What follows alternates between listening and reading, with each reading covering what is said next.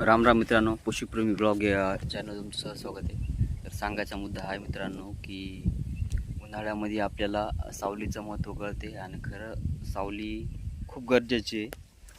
आपल्याला फक्त उन्हाळ्यामध्ये महत्त्व कळते पण झाडाचं सावलीसाठी.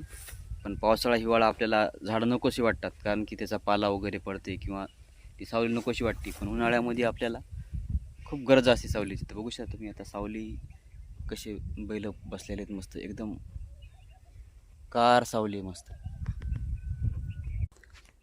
तर बघू शकता झाडं एकदम मस्त आहेत. लिंबाचे झाड आहेत, गार सावली, मोठे मोठे 3 लिंबाचे झाडं आहेत. तर शेतकऱ्याला म्हणजे जनावर बांधण्यासाठी सावली झाडाची खूप आवश्यकता आहे. हेच जर मांडव गिंडव काही असला तर इतकं थंड राहू शकत नाही मांडवाखाली, किंवा शेड वगैरे असेल तर गरम होतात पत्र वगैरे. तर सावली ही झाडच खूप महत्त्वाचे आहेत.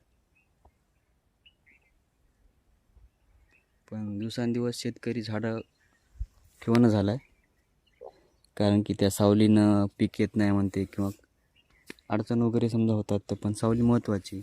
आखाड्यावर तरी झाडं पाहिजेत जेणेकरून आपल्या सावली भेटेल.